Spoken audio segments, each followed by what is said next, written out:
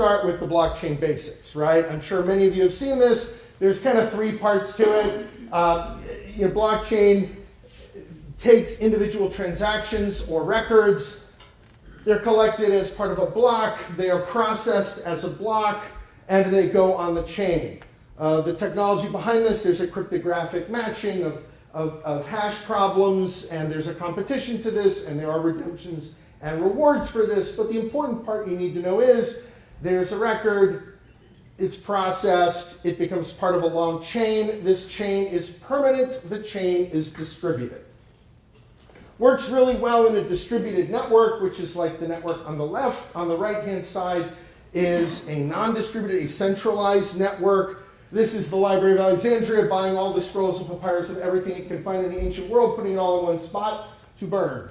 The one on the left is a distributed network where you may have parties or counterparties dispersed over various regions. And so when you have a distributed network, you don't necessarily need to go through one place in order to enact a transaction. It can increase the efficiency and the speed with which transactions can happen, and those are some of the positive benefits. In a network that's distributed, it's broken out into individual nodes.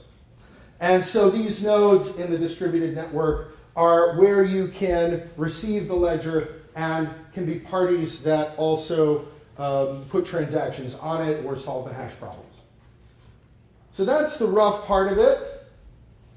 For the technology, in essence, a few takeaways. As board members, number one, unless you're on the audit committee, you probably don't need to know much about your accounting software or the software you're using in your supply chain.